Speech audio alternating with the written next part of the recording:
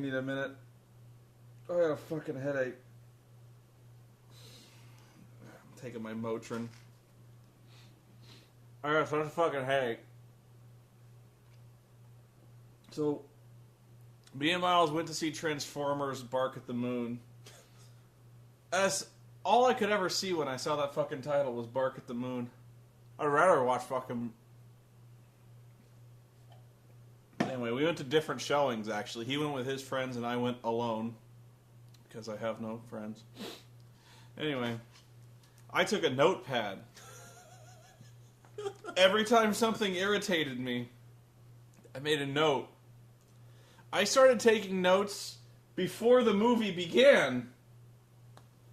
I started tweeting before the movie began.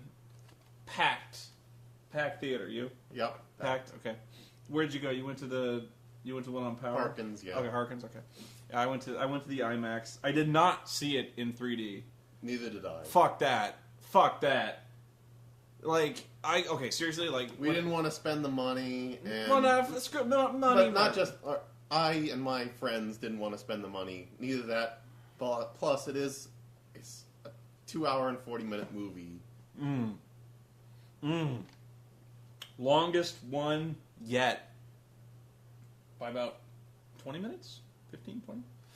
Well, see, the thing is, I know I keep going on about this, the 3D. I hate 3D, but I have a physical reason for hating 3D. I get headaches. I got a headache now, and I get like a drop of the hat. My eyes just can't deal with the 3D, but even if they could, I don't think I could take 2 hours and 40 minutes of that shit. I really don't. It would strain on me. That's why I didn't choose it. This crowd was pumped. Oh yeah. My crowd was pumped. They were so excited. There was applause before the movie started. There was applause between previews because they were anticipating the movie coming up. The couple sitting to my right were so excited, like they were literally like, no, I'm serious, like fists in the air, like squeeing. They were squeeing. Oh my God! Like, no, I was about to like write something like, "There's a lot of embarrassed girlfriends here," and there were a few, but no, this couple was fucking psyched. They were. She actually, the girl who was sitting next to me, very nearly fainted from excitement. I'm not even kidding. I'm not. She's like, oh my God, oh my God, oh my God.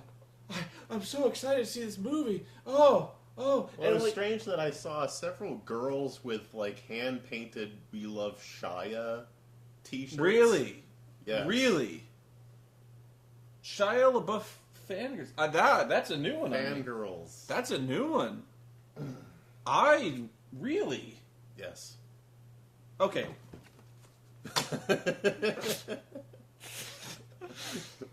Let me blew your mind. Let me get this out of the way right now. Have you ever gone to see a movie because there was, well, maybe that's a dumb question. I'm pretty sure you have. But have you ever gone to see a movie precisely because there was someone in it? Probably yes. Nicolas Cage. An actor, but not because I had a crush. Yeah. Okay, like because I started realizing that was a stupid question before I've asked it, because I've seen Nicolas Cage movies specifically because Nicolas Cage was in it. But that's not because I want to fuck Nicolas Cage. Well, maybe a little. But like I've never been like, this woman is so hot, I have to see this movie. Like that's never happened to me. That's what porn's for. Yeah. Like I just can't see a woman making a decision to go see a movie because there's a hot guy in it. I don't know. That's weird. That's and Shia LaBeouf, really? That guy's a dweeb. I look better than Shia LaBeouf. I don't say that about many people. Look at this. Look at that. I look better. Yeah, you look better. We're both two sexy guys. Can you say no? I can, but I choose not to. You know why? Because I'm not a fucking pussy. Sorry, I got unleashed there. So, let me. Here's what happens in the movie. And I'm going to go through the movie step by step, and there's going to be spoilers. Not that there's really much to spoil. You know what happens. You know what happens in this flick. But, like, let me just get the audience reaction out of the way. Because at the end, at the beginning, applause. At the end, standing ovation. Wild applause. Wild applause. Wild. Huge. Huge. And many times during the movie, the crowd applauded crazily. And every time, well, there was one time they didn't, but 19 times out of 20 they applaud in this movie. 20 is probably pushing it. 15. Let's go 15. 14 out of 15, it was because of Optimus Prime doing something awesome in slow motion. Pretty much. Pretty much. Now, and here's the thing. I concede that every time Optimus Prime did something awesome in slow motion, it was indeed awesome. But people are going to walk out of this movie thinking that this is a good movie because there were awesome things that happened in it. You know what I mean? Like, there was a lot of awesome moments that took place in this movie, really, like, sprinkled through this. But here's what I think people don't get, is the fact that just because Optimus Prime is in this movie, that doesn't make it a good movie. You know, like, just because... My friends are usually just in for a good time. We just go in just to see something on Tuesday nights, just to get out. And after the movie was over, they were the exact thing they said was, "This was a long ass movie." Really? And I was like, "Yeah." Because I'm going to say something that's going to stun you, Rigid. Fucking stun you. I don't know if it'll stun me now. If I had walked into this movie 90 minutes late, this was a fucking awesome movie. I was going to say, well, no, I was going to say, I thought I was going to be alone on this when I was going to say that Dark the Moon is probably my favorite. No doubt. If I could classify that sort of thing, if not making it on a scale of good to bad, it's probably the one I would watch again. Out of all of them. And this is the thing that was kind of driving me nuts walking out of this. It wasn't like an applause-worthy movie, but it was the best. Low fucking bar. Low. When the bar is set at worst movie ever last time we were there. Yeah, Transformers 2, which I classified as probably the worst movie I've ever seen. A feat which has not been replicated, by the way. I have still not seen a worse movie than Transformers 2. So you got nowhere to go but up. You got nowhere to go but up. So, by the way, when you make a clip of this, and I know some asshole's going to make a clip of me saying that, like saying it was an awesome movie. When I'm saying that, I am severely quantifying that statement. Because, as I said, if I had missed the first 90 minutes of this movie, the last act, really fucking good. Really well done. Should we outline maybe the good things first and then rip into it? No, yeah, I mean, I will acknowledge the good stuff. People, like, I seriously, I go into this movie with the worst fucking attitude possible. I admit this. I go into this movie basically nauseated at the people in the theater going to see it. Let me go back to the Optimus Prime thing when I was talking about people. Seriously, I honestly think Michael Bay learned something from the second movie, because that second movie, when the stuff people liked about that movie, Optimus Prime doing awesome shit. He was dead most of it. And he was dead most of it, but the good parts of that movie were Optimus Prime tearing shit up. The good stuff in this movie, Optimus Prime slow motion tearing shit up. He put a lot more of that in this movie. But, and here's again where I think people are walking out of this thinking this was a good movie. This was not a good movie. I think people are going to walk out of this and go, man, Optimus Prime really did a lot of stuff where he tore shit up. There's maybe 3 minutes of this movie where Optimus Prime is being awesome. Okay? Is that worth the 136 other minutes? How much? About 136 minutes of bullshit you got to sit through to get there? No! No! God damn, 1,000 times no. The movie opens up with, I thought was a really good sequence where they were setting up the, they kind of did a little revisionist history where they talk about There's an Autobot ship. The war on Cybertron is going shitty. A skip escapes from Cybertron with some kind of doomsday weapon, and it lands on the moon. So like Kennedy sends some fuckers up to the moon, and that's the Apollo. That's the moon landing mission. And I was like, that was really well done. The way they integrated kind of stock footage, fakey stock footage, and kind of cinematography, and the way they kind of played it with a lot of import, and it wasn't full of fucking annoying characters. And you're kind of like, that's kind of cool. I dug it. It was okay. And then this was in a transition that was so abrupt and I don't want to say obvious, but like so childish that even the audience there that was kind of in the bank for this movie, they just laughed in derision, because the opening shot of this after the moon landing is that fucking blonde chick's ass. Full front. Full screen! Widescreen. Dude, IMAX. I'm watching this IMAX shit. You see this, no, spectacular. Granted. But, like, you get fucking clinical with this blonde chick's ass.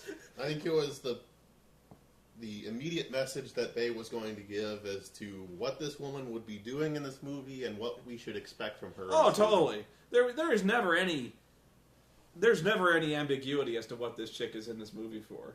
Like, none. She's in this movie to wear hot clothes, as few clothes as possible, and to fucking get out of cars looking sexy as shit. She does that well. Woo!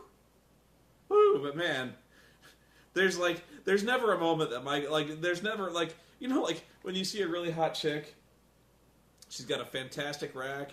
Like most guys, me, I look subtle. It's like looking at the sun. You get one, and you're you get one good glance, and you stare at her titties, and you're like, okay, gone. You get your look, you take your mental snapshot, and you're gone. Michael Bay, dude, no, he's just like,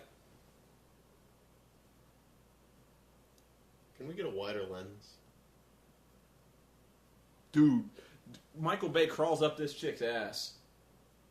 Like, he is seriously, like, he is that male mind. He is that male mind without an ounce of shame. Without that mental filter. Without, like, it's like, you see that chick with the hot tits, and you get one look, I look away. I'm subtle about it. Dude is just, like, pinned. Jesus Christ, this guy. That's the dark of the moon right there. That's the shit. But like, let me go to my notes here. Shit, these guys. Okay, Skin to Mud Flaps gone. We never see or hear from Skid and Mudflap again. They are gone without comment. But they are replaced with that Brooklyn accent robot from the second movie. And there's another robot with this kind of fiber optic fucking hair that sounds like, I always forget which one is which, Beavis or Butthead. But I think it sounds like Butthead. Where it's just like, hot chick, fucking hot, yeah, yeah. And like, it really is like fucking Beavis and Butthead, this fucking robot. I'm like, and they even say things like, Shia's like, you get the fuck out of here, you get out of my house, you're fucking annoying. And the robot's like, what are you talking about? We're fucking advanced intelligence from ancient civilization. And like, okay, you're an advanced fucking intelligence from an ancient fucking civilization, and you choose to talk like fucking Butthead? This is one thing that I guess I will defend somewhat, in that, again, everything that was horrible in the second movie is made less horrible in this movie. It's scaled back. Because there's no fucking robot scrotum. It's all reined back. So, yes, while these two robots aren't good, they weren't Skids and Mudflap. There's no fucking dog humping. Every example you can point to, it was lessened. You had John Turturro, who's still an asshole in this movie, but you still didn't see his butt There's cheeks. no fucking John Turturro stripping down to a fucking jock strap. there were more comic relief, but we didn't have what's his name from the second movie. The one the Leo guy, Leo, who did nothing but scream in that movie. So we still had all that, but it was diminished. How fucking sad is that? That we're listing those as good things. It didn't suck as bad. The shit that made me want to peel my fucking eyes out of my goddamn head are lessened somewhat in this movie. I didn't have to see John Turturro's hairy fucking meteoric jiggly ass. Goddamn. That second movie sucked balls. God damn it, sucked balls. You know what?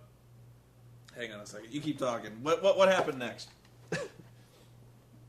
We're going into Sam's life and how he's struggling in his horrible life of having a Victoria's Secret underwear model. Oh, I know. He's so tormented. He's having an Ivy League education. Oh, God. I wish I had a complete free ride to an Ivy League college. I got a medal from President Obama. Has a ginormous New York apartment. Oh, yeah. No, he lives in D.C. Oh, I'm sorry. D.C., whatever. Even so, but it's like 2 stories. And it is like a Michael Bay building. It's just got all these gigantic vaunted ceilings. It has to be big enough so the Transformers can walk around upright in his apartment. And he's just having loads of just pure animal sex with this underwear model. Oh yeah, life is hell. He's like I just don't feel like I'm a man. I don't feel like I matter. As he is fucking this sweet-ass blonde chick. Like, oh my God, Shia, I feel your fucking pain. Oh, why? Life's a bitch. Oh, but he's like, I don't have a job. And people are like, there's like, everybody's getting him a job. There's like, fucking John Malkovich is like, you want a job? And it's like, I don't want to work in a mailroom. Or like the fucking guy who's basically hitting on his girlfriend all the time. It's like, I can get you a job. He's like, I don't know. But like, he's got shit. He spends so much time bitching in this movie. We get montages. We get him moping. Yeah. Did we need all this? No. We get the fucking parents back.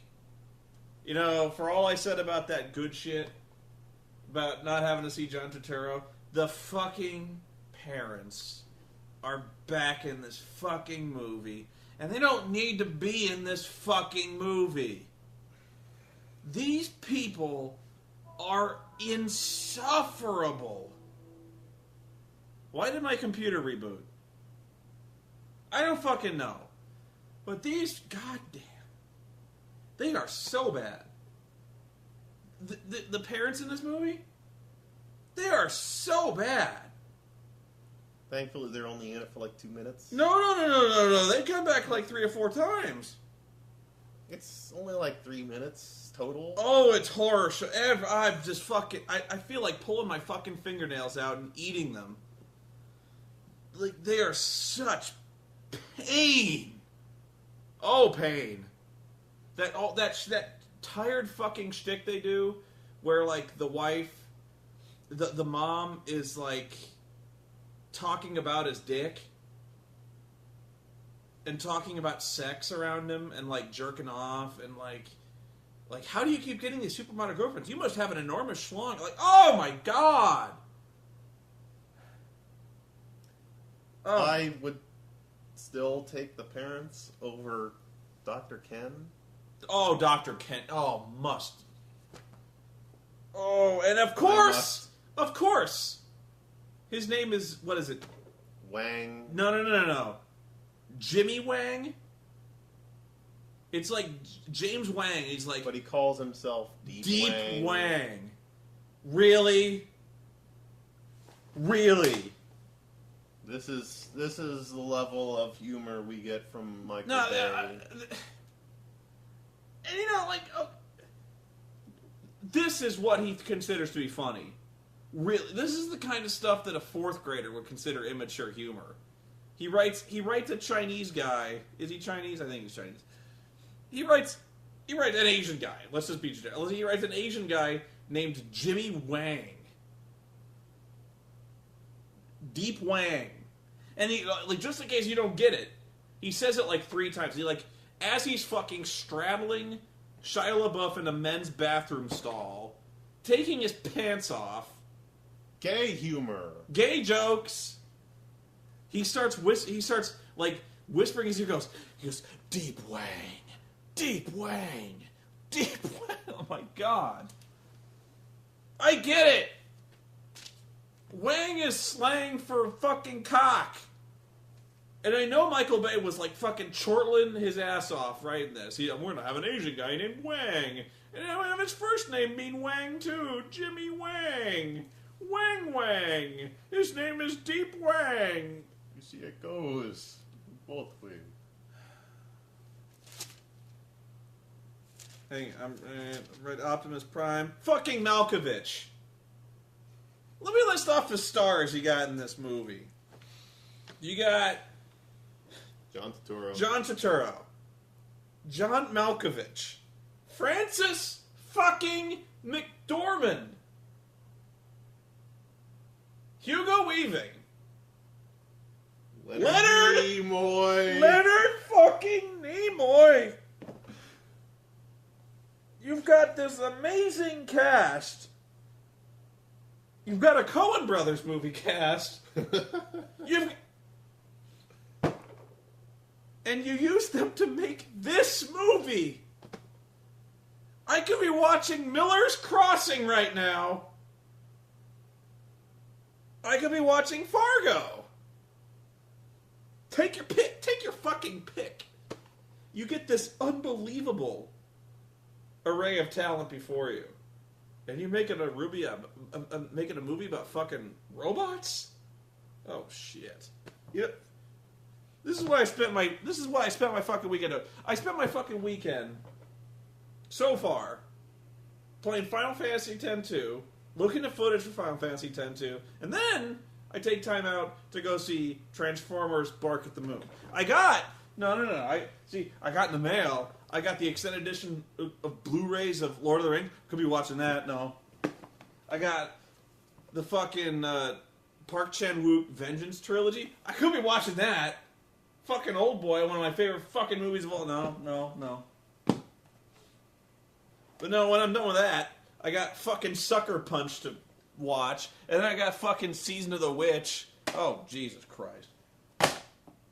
I'm really hating my job right now. Really, like, I know it's watching a fucking movie, but this is a god-awful fucking movie. To squander talent at this level. Leonard fucking Nimoy. You know what they do with Leonard fucking Nimoy in this movie? Not only do they take every moment they can to remind you that Leonard Nimoy is in this flick, prostituting himself. But you know what they do? They have him... The line? The line. Okay. You see, because Leonard Nimoy was Spock. Oh, the fucking line. And Spock had a line. Oh. And so Michael Bay had to remind you of the fact that Leonard Nimoy was Spock.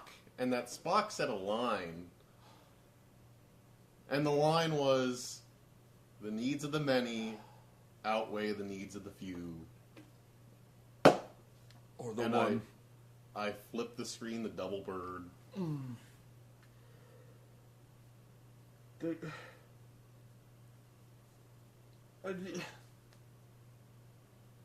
You fucking raped the line.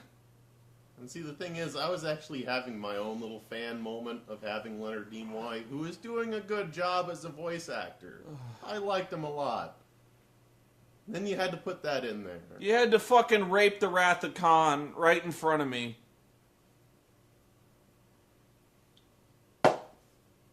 You had to mention one of the best sci-fi movies of all time.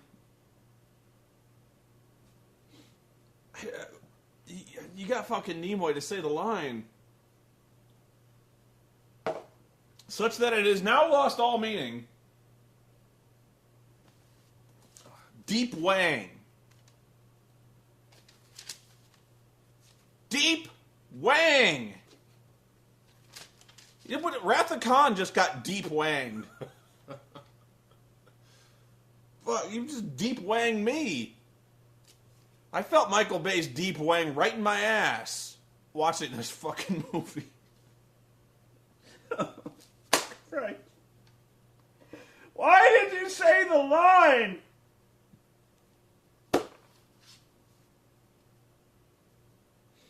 Alan Tudyk.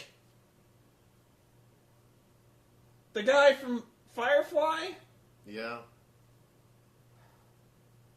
He plays like a gay Austrian hitman hacker? He plays a guy who wears floral print suits, who's a former ninja? And a hacker? Who the fuck is he?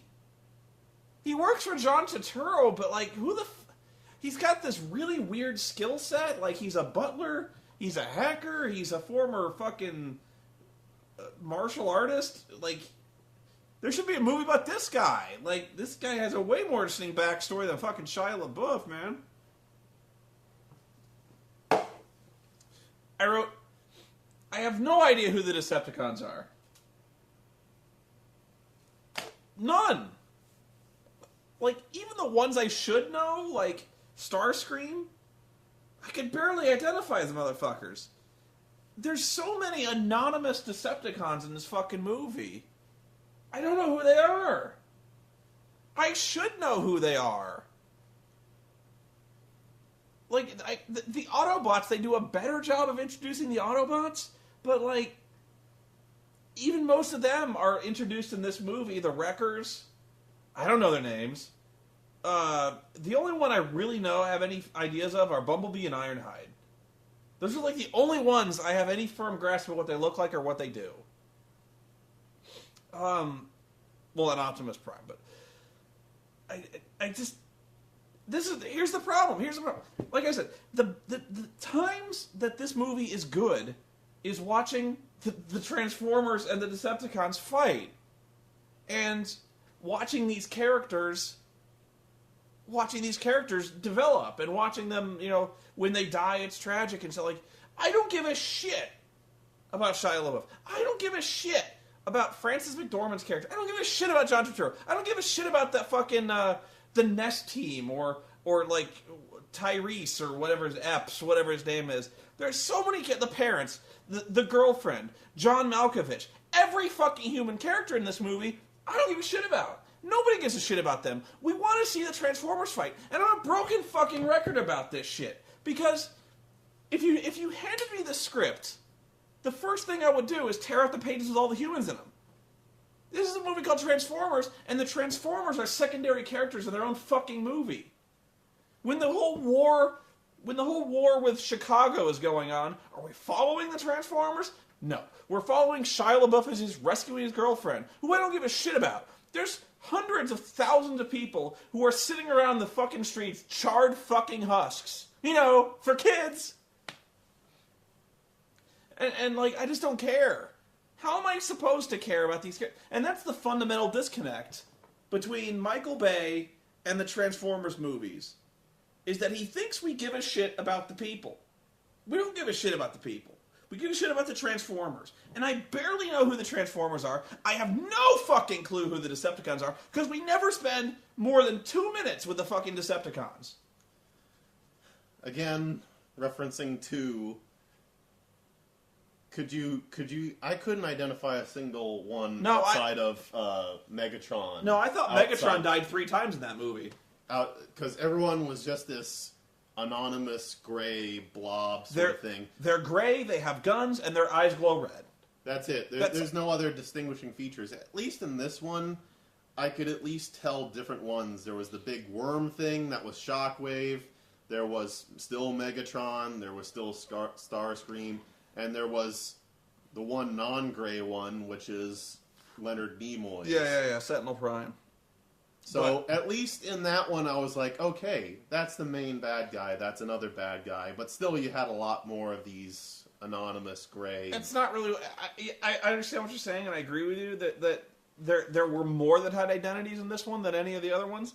Like of course, you had Megatron, like the ones you named. They had identities, and when they were around, I could tell mostly who they were. But like, there's still 1,000 fucking Decepticons that I'm like, am I supposed to care? No, and just hacking through them. My point is that the Decepticons, like Megatron, has maybe 4 lines in this movie. We see him in Africa, and he's like, Starscream,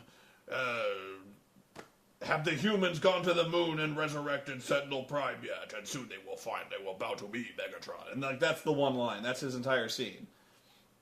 And then, like the entire rest of the movie, he just kind of sits there and sulks. It's like if in Return of the Jedi, Darth Vader only had like 2 scenes. And that's what I mean is it's just weird how the villain of the movie, he's barely in it.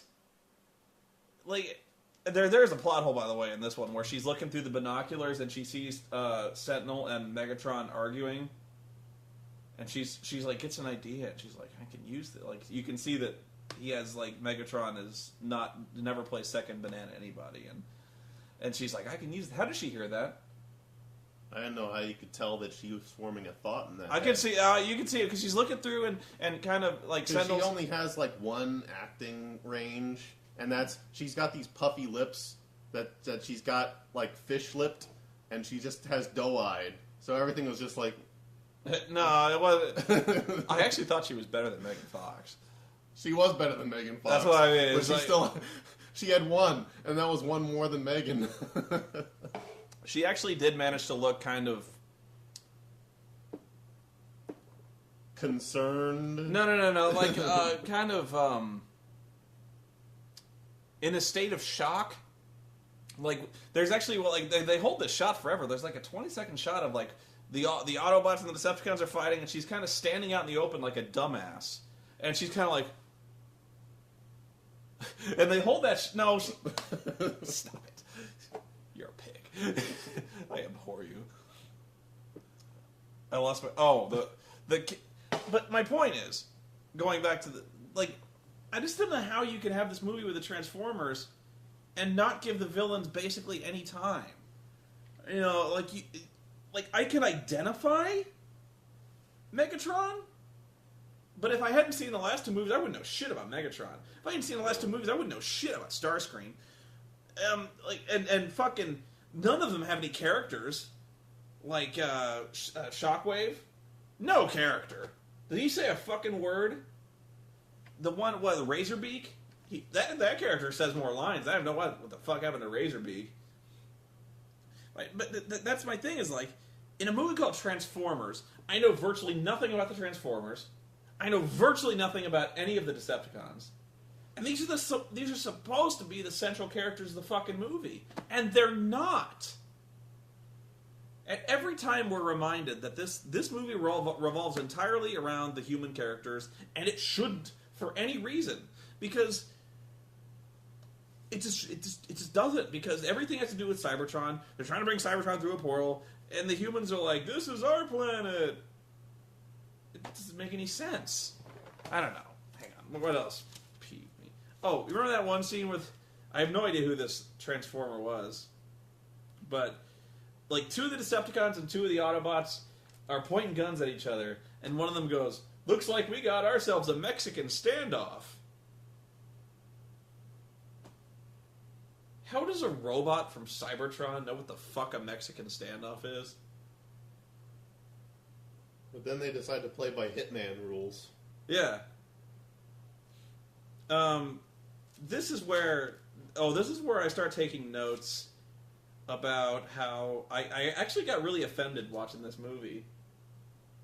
When I started to realize that there's a lot of shit in this film that's... Okay. When the invasion starts, Megatron goes down and he smashes up the Lincoln Memorial and he sits in it like a throne. And the people around me were like, ooh, what's he doing? You know, this isn't evocative. You know, this isn't. You're not making me feel anything with this imagery. You know, you got a guy. Of course, he's a bad guy. He smashed up Abe Lincoln. They're messing with America. He's messing with America, by God. You know, it's not evocative. It's just exploitative, and that's not even on the radar of the exploitative shit that goes on in this movie. Can you name the exploitative stuff that goes on in this flick? I'll help you. We evoke imagery of the Challenger explosion. We repeatedly evoke imagery of 9/11. With ships crashing into buildings, buildings falling down, referring to the area as Ground Zero. Oh, yeah. Yeah. Any other disasters you want to exploit first, Michael, to make us feel something about your fucking robot war? Because I'm pretty disgusted. It's pretty shameless, dude. And I'm not saying that you can never show a fucking robot war movie ever again. I'm not saying you can't ever show a city getting crushed by robots ever again. I'm not going to raise the specter of 9/11 every time that happens. But here, he's fucking doing it. The Challenger explosion one was particularly disgusting when the Autobot shuttle gets shot down and we're all watching on TV going like, oh, yeah, I remember that too. And you can't tell me that's not happening because he exploits other historical disasters for his own ends. Chernobyl, that tied in with the Autobots too. Why not? Chernobyl, that 1,000 people who died, the horrible global ecological disaster that happened there. That's for my movie. Jesus Christ. Oh, the girlfriend gets held hostage by Soundwave in a tentacle hentai machine. I love that one. Oh. And I wrote this because I was really getting annoyed with the human characters. I wrote down annoying fucks in big capital letters. There's a scene where things are going bad, and so, the Decepticons get on the radio, and they're like, look, this is the Decepticons.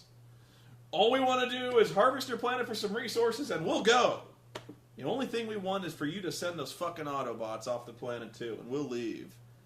And immediately, and repeatedly, we've shown the humans to be completely cowardly fucks who immediately cave to their demands and exile the Autobots because they're scared pissless that the Decepticons are going to kill them. No, it's because we can trust things that are called Decepticons. Yeah. And they immediately take the Decepticons at their word. It's not that they're afraid. It's, how dare you Autobots bring this to us? Oh. The Decepticons, all they want are a few things.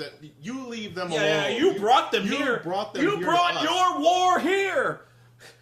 You brought your war here, Optimus Prime. You son of a bitch. And we're going to side with those trustworthy Decepticons. And then they exile the Autobots, and they blow the shuttle up, and they're so Frances McDormand is so heartbroken looking at the camera. She's like, the Decepticons lied? Oh, they seem so trustworthy. They call themselves Decepticons, you stupid cunt! I'll go off on a tirade. Go. If it's one thing that Michael Bay still hasn't learned yet, it's the difference between comic relief and killing any mood in your film. And one scene that, it's what it is. It relieves tension. But, one scene I'm picking out of the numerous ones is take the scene where the Decepticons get Shia's girlfriend and they're holding her hostage and they say, either you're going to be a spy for us and tell us what Optimus is doing, or we're going to kill your girlfriend. And it's this really tense and and struggling scene where he's really trying to struggle with what he should do. Should he turn his back on Optimus Prime, or should he do something about his girlfriend? And it's so intense. And then the moment afterward, the direct scene afterward, he goes to the base. He goes to this base and he's doing pratfalls. And he's touching people's hair. The Watch, the Decepticons want to find out what the Autobots are really up to. So they put this fucking wristwatch on them, and they're like, this wristwatch will tap into your nervous system, and we'll see what you see, we'll hear what you hear, and if you fuck around, this thing will fucking electrocute you, and it can control your movements, and we'll fucking kill you. And so Shaw's like, oh my god, I gotta betray Optimus. I gotta betray like my closest Autobot friend. And he's like, oh my god, what do I do? Next scene, go on. He goes to the base, and this watch is controlling him, and it's flipping him over desks. He's doing pratfalls. He's moving over people. He's massaging people's hair. He's like, and they're like, what the fuck are you doing? And he's like, nothing. What are you doing? And it's like, wow, you completely killed any emotion that we had for any of these characters. Like, no longer are we concerned about Sam's struggle. What is he gonna do? Because he's a fucking clown, and he's here to do little cartwheels for you. Yeah, I mean... And that's just one example of the many times. It's like, you can have your funny characters. I don't mind if you have your little bitty Autobots that want to roll in and do their little shtick at every It's called a consistent tone. But yes, you can't immediately do a 180 turn and turn what should be heart-wrenching into rolling on the floor laughing. It gets better as the movie goes on, but he really wants to have it both ways. Where this is where, actually from the beginning, like in every movie, this is probably the hardest part to reconcile. The comedy is intolerable. Just incredibly scalp-peelingly painful. But I can appreciate that there's people who enjoy that kind of comedy. Okay? Like, there's people who will go see the fucking, the gross-out humor and the gay humor and the deep wang. Okay, fine. I can appreciate the need for that. There's a need for slapstick in movies. But there's such a tonal inconsistency with that and the really somber, really, you can tell he really wants to tell like an emotional tale sometimes with the fucking Autobot war. Especially when Chicago is getting flattened. They really try to pull on the heartstrings for that one with all the charred bodies in the streets and the Autobots who are dying and the people you see who are getting executed. The Autobots are getting like fucking murdered execution style. And we're like, oh my god, this is really intense. And then the fucking little RC cars come out and they do their slapstick shit. We're like, I don't even think it's like 10 seconds after we see one Autobot get executed that we see the other ones are like, oh man, we are so lost. Yeah, we're lost. And they kind of do that. I'm like, dude. It is like going from a gang rape to a pie in the face type humor. And they do that all the time. They go from a war scene to goofy. There's I guess there's a time for that, but that time is very limited. It's really jarring. It basically hurts to switch tones like that. And they've been doing that every single time, every single movie, and it's really hard to get into a film when you're being jerked around like that. Lots of shots of that Michael loves the U.S. military because he fucking has sex with them with this camera. Deep wang.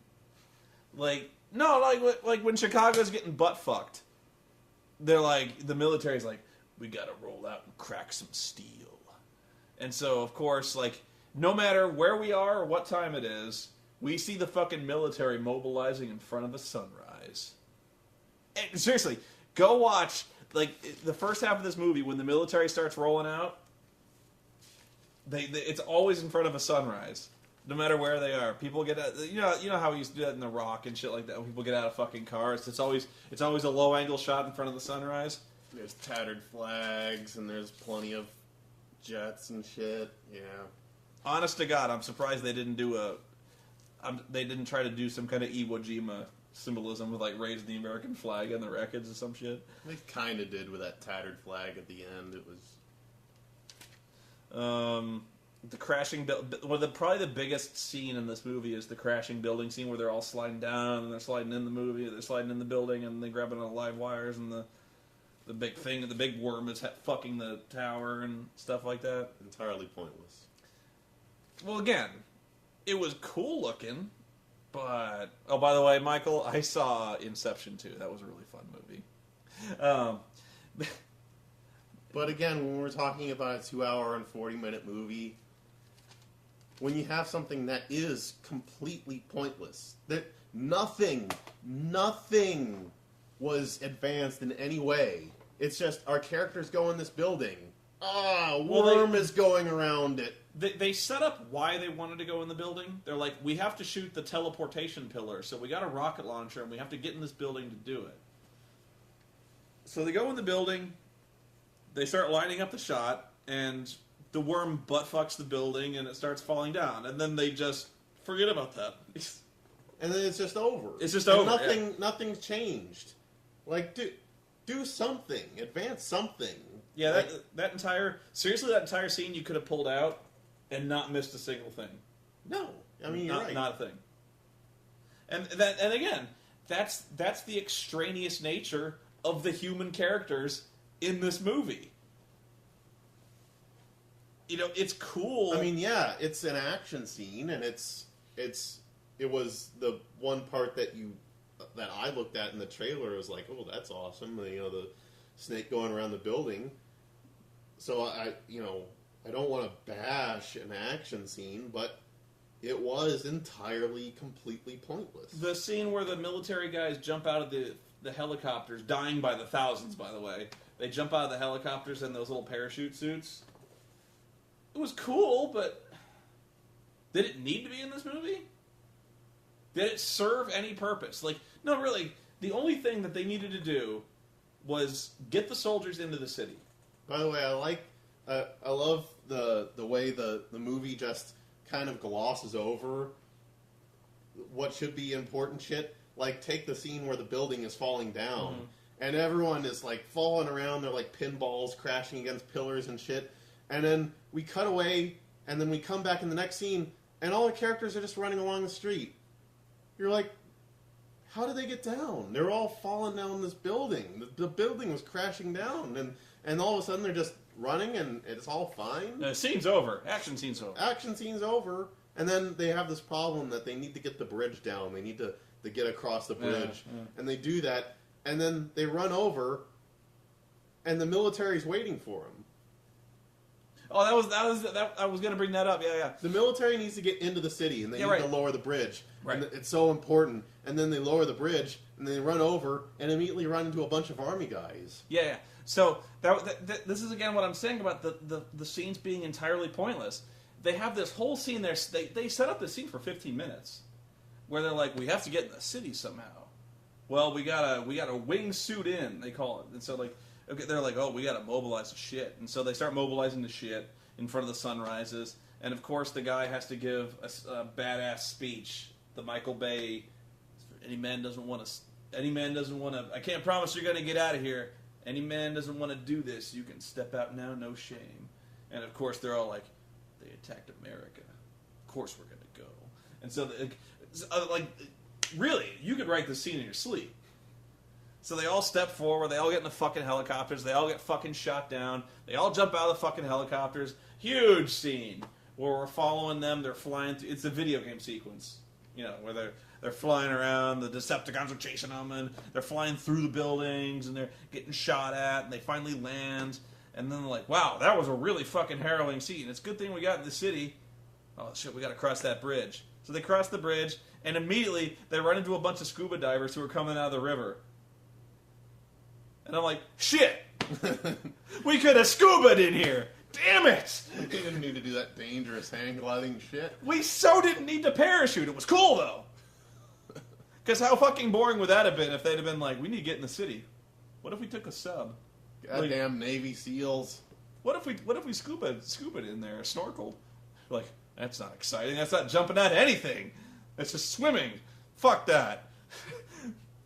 But yeah, I really did laugh out loud. They went through all this shit. They lost, like, how many people died in that scene? They must have killed, like... Dozens. No, like 12 helicopters? Oh, About 12 helicopters. So we're talking, like, each one had, let's say, 16 people in them, 2 pilots, so 18 people times 12. That's a lot. That's like 200 some people. So they all died to get those 8 fuckers, 8 to 12 fuckers, to parachute in the city. And then people are already waiting for them. And there's people waiting for them. The fuckers in the scuba gear are just like, hey guys, and they don't tell them to do anything. They're like, they get in there and like, okay, those Autobots have been captured, so why don't you go hide in that building and do nothing? And then they run off. And like, I also like the really pointless scene where the mad scientist Autobot introduces the weapons. Oh, like completely pull out of your ass. Yeah, just right out of his ass. You know, he like a little Autobot compartment opens up in his ass, and he pulls them out of his ass, and he's like, Sam, take these. It's a climbing claw and a bomb. It's like Michael Bay knew these human characters were worthless. Yeah. So he's like, what can I do? God damn. Yeah. Oh, they have little bombs. Well, because we've repeatedly established that human weaponry does nothing to the Autobots, and so they're like, well, shit, we need to have the U.S. military be somewhat effective because I have a huge fucking erection for the U.S. military. So they have to fight back. We have to show the power of unity. We have to show the power of the U.S. military, the greatest fucking fighting force on the face of the planet. But I've already established that their guns suck. I know. Let's have the fucking mad scientist character give them basically dynamite. Like Autobot dynamite made with Energon or something like that. So that's it. They set the fuse, they impale the fucking Decepticon with the dynamite, and it blows up and they die. Because they wanted to have the scene where Shia fights a Decepticon and blows it up. He's not completely worthless. Yeah. Huzzah! We have to justify his fucking existence at some point in this goddamn movie, right? So, yeah. And that scene takes, really, that entire scene, 8 seconds. They're like, Sam, take this. It's a climbing claw and a stick of dynamite. 30-second fuse, go. And they're like, it's over. That scene is done. We've established we have these weapons. Like, Sam doesn't ask, like, you made human-sized weaponry? You made human-sized bionic commando gloves? Like, I would have questions about this. Why not make a bazooka for us? Why not make a fucking rifle that can kill Decepticons? Or, like, why not... You made it climbing glove. And, of course, during this harrowing scene, again, tonal inconsistency here. Is it Starscream that attacks him with the... I don't know who that was. I don't know who that was. I thought it was just generic Decepticon. There's this Decepticon that's talking shit. He's like, oh, I love watching humans run on your little insect legs and things like that. I think that was Starscream. But again, I don't know. You know, color coding. Make Starscream blue. Would that have killed you? Or, like, have somebody... You know what... Even a line where Shia, like, gets attacked and he goes, Starscream! Or something like that would have really helped me out. Because I don't know who's fighting, I don't know who's dying, and I don't know if I should care. It really is hard. But during that whole scene, I think it's Starscream, I don't know. During that whole scene, which should be really exciting, really dangerous. I'm like, oh no, is Sam gonna die? Actually, I'm thinking, oh my god, Sam could die. No, I'm not even thinking that. But like during this whole scene, where I'm like, he's gonna fight this Decepticon. He's gonna use his Energon dynamite and blow him up.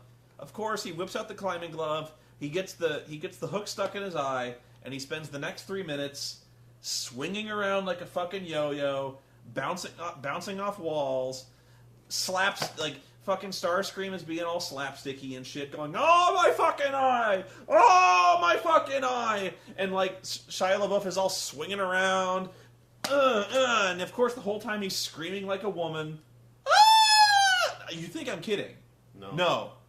Like, several times during the course of this series, Shia LaBeouf basically screams like a woman in a 1950s comedy. You know the kind of scream a woman gets in those comedies where she sees a rat and jumps up on a table, hands up to her face, going, he does this many times.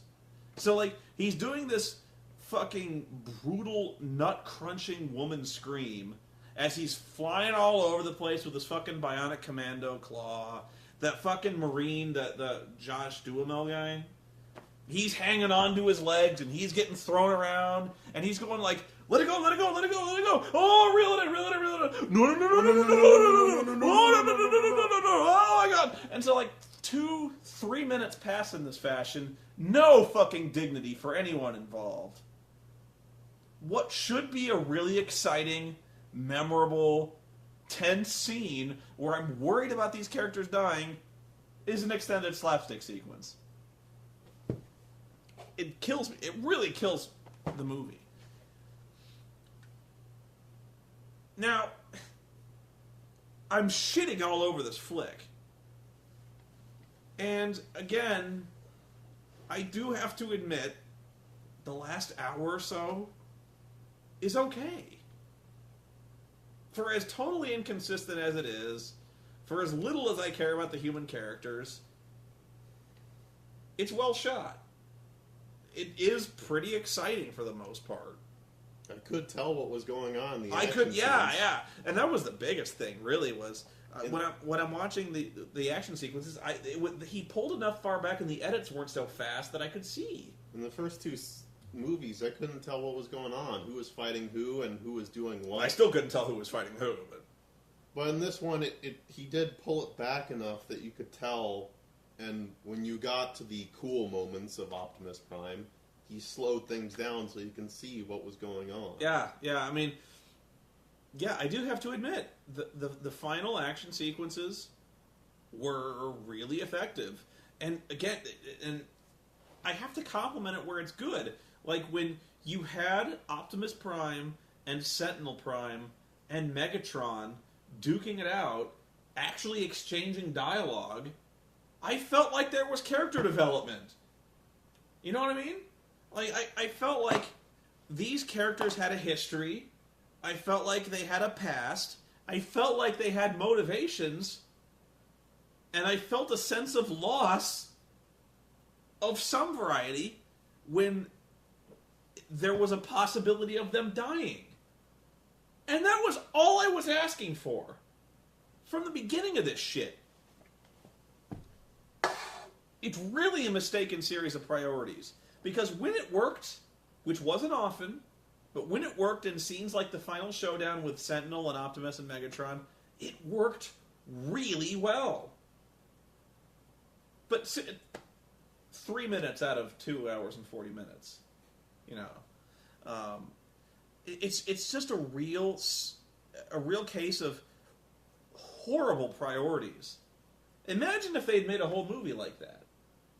Imagine if they'd made a whole movie out of the Autobots and the Decepticons, where you got to know the Autobots, you got to know the Decepticons, and you got to watch them develop as characters, develop histories, fight it out. And I'm not just talking like shut your brain off entertainment. That would have been good too. Because in terms of shut your brain off entertainment, the last act was pretty good. But it just, there's potential for story here. There's potential for characters here. And what do we spend that time on? We spend it on John Turturro, Shia LaBeouf, and fucking John Malkovich, who is entirely fucking wasted, who has somehow taken a step down from fucking Aragon. I really at a loss for words to explain the priorities here. I really can't. Deep Wang. Deep Wang. That's where his priorities are. Deep Wang. Can you imagine how good this movie would have been Without the comic, seriously, without a single page, without a single line of comic relief. Which would have excised basically every human character. And how many times have I come in front of this camera and said that? 3? 3. I don't know. So I really don't know what to tell you guys at the end of this. Like, do I recommend this movie? No, I don't. Would I recommend this movie if you showed up an hour and a half late? Yeah. It sucks. It doesn't suck as bad as the other two. My God. What movie can't you say that about? This is the most entertaining of them all. It has the best action. It has the best framed action. It has the least annoying characters. It has the most formed plot. It actually it doesn't have the plot holes. It has plot holes, but it doesn't have the crippling, like, completely broken plot holes of the first two. So I mean, it's bad. If you even somewhat liked the first two for some reason, then you will like this one. Oh my God, it's I really don't know who goes to see this movie. Like, I even on Twitter I got called a hypocrite. I was like, how many fucking people are in this movie? They're like, you're there. I'm going as a critic. I'm going because you like to see me bitch about it. Those people are going there because they think this is a good movie, and it's not. God damn. I was really cheering for the Decepticons at some point because the human characters are so fucking stupid. The human race deserves to be enslaved and subjugated. I cast you out. You who enjoy this movie, I release you.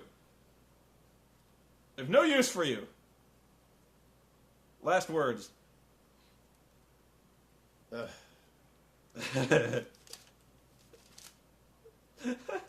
This is the same book I wrote Yahoo Serious in. Yeah.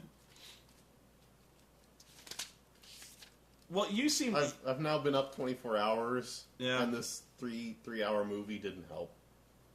Yeah, you actually seemed... I actually thought you hated this movie more than I did. Because when the first thing you said when you came in was, ugh. I didn't even make that noise. It really didn't help. I was up all day. I know. Buzz Aldrin's in this movie, too. And he wasn't the worst actor. He just kind of said, it's a great honor to see you, Optimus Prime. And that was it. It was. Alan Tudyk is in this movie. It was just long. That's the biggest complaint I have about this. This was the complaint that every one of my friends had about it. It was long. It's a long sit. You know what? Fucking Lord of the Rings. Hang on. I know I'm dragging the review out, but I gotta know. How long is this? I can't tell. How long is this thing? 228 minutes. Wow, that is fucking long. 228 minutes? That can't be that. That can't be right. For the movie? Or are they talking total running time? That's almost 4 hours. Jesus Christ. Is it really that long? Wow. Doesn't feel like it. It doesn't feel that long. It feels long, but it doesn't feel... Wow. 228 minutes. No shit. Hang on. 2 Towers. 235. That one's longer. Return of the King's gotta be fucking long. 263. It's like 4 hours and 15 minutes. Jesus Christ. Wow. I was about to make a point that fucking Lord of the Rings didn't have to be told in that much time, but apparently it does. That actually had enough story that needed to be told over that much amount of time. I'll still make that point. You know what? I'll still make that point. Lord of the Rings took 3 hours and change to tell. Lord of the Rings. Fucking Transformers? 2 hours and 40 minutes. Fuck you. Really? Really? 2 hours? Really? Jesus Christ. 3 full-size novels into 3.5-hour movies. Really? Transformers, it doesn't have the same plot. I could have cut... Well, I could have cut about half that movie out. I really could have.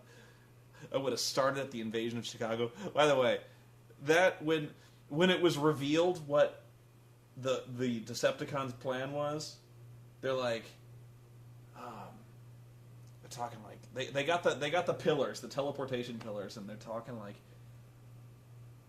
the douchey guy who's working as a double agent for the Decepticons. He's like, you don't understand anything, do you? What the Decepticons' plan is? And they're like, I think she's like, what possible resource could the Decepticons want on Earth to rebuild Cybertron? And he's like, what do you think? The only thing Earth has that no other place does. And she's like, humans? He's like, about 8 billion of them. And she's like, but there's no way you could get 8 billion humans over to Cybertron. And he's all, that's why they're bringing Cybertron here. The people around me went, oh, I figured that shit out immediately. I didn't know they were literally going to beam Cybertron like right next to Earth, but what I thought they were planning was to like cover the Earth in satellites and then like replace Earth with Cybertron. You know what I mean? Like terraform it with Cybertron. I didn't know they were actually going to like crash Earth into Cybertron. I don't know what the fuck he was thinking. By the way, they totally buttfuck Cybertron in this movie. They deep wang that shit. Like when the teleportation thing fucks up and there's like this big vortex. Deep wang, man. Like you'd think fucking Optimus Prime would be like, oh shit. Oh, we just fucked up Cybertron bad. Oh god. Or damn. Oh damn. I guess we're staying on Earth. By the way, I bet things are a little awkward now between the Autobots on Earth and the U.S. government. A little bit. A little bit. After we fucking deported them, you think Optimus Prime is going to lord that over their heads for a little while? Like, by the way, but the Autobots totally bend over for the U.S. government. They basically fight the war in Iraq and Afghanistan for the U.S. government. I'm sorry, when did the Autobots become our bitch? Yeah. That's why I started rooting for the Decepticons. Because at least the Decepticons didn't bitch themselves out to the U.S. government. There's a difference between being allied with humanity and then going to fight in Afghanistan for us. Now, I'm not saying that Autobots wouldn't care about stopping international terrorism. I'm not saying that. But it basically makes the point that they're going and fighting our wars for us. Like, we're sending Optimus Prime to go hunt intelligence targets in fucking Libya and shit, you know, like, I'm like, yeah. That kind of goes into a really weird area where, honestly, you wonder why the Decepticons don't ally with the forces of terrorism. And then you got a very different movie. It actually might be a little interesting, but you got a very different movie where fucking Megatron is allied with Osama bin Laden, which actually would have been kind of a cool shot. All hail Megatron! And Osama bin Laden's like, praise be to Allah! And Megatron's like, what the fuck did you say? Like, praise be to Allah! Fuck you! Hail Megatron! Because Megatron don't play backseat bitch to nobody. Alright? Yeah. Anyway. My closing statement is, why could this movie not be about Transformers? That's it. Like, those are the characters that are interesting. Those are the characters that people applauded for. Like, every time those characters applauded, the people in the audience applauded, it was for the Autobots.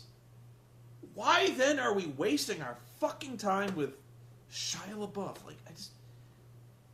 Fucked up priorities, man. Fucked up. Why couldn't this be at most 2 hours? Because we had to have the fucking subplots with the Nest team and the Shia LaBeouf's parents and his girlfriend and the romance. By the way, totally didn't buy that romance at all. Like the fact that he's all going around going, she's the one. Like, first off, we didn't see them meet. Actually, I guess we did. They were in the White House when Obama's giving him his medal. But Jesus. I believe in intergalactic transforming robots more than I do that romance. This movie sucked. Okay, it was better than the other two. Take that for what it's worth. This movie hurts. Now I gotta go watch fucking Sucker Punch, which I was very fortunate enough to see in the fucking theater, by the way. Okay. I'm turning this off. See what you've done to me? Wang is symbol for penis. Deep Wang. There's fucking Deep Wang in this movie.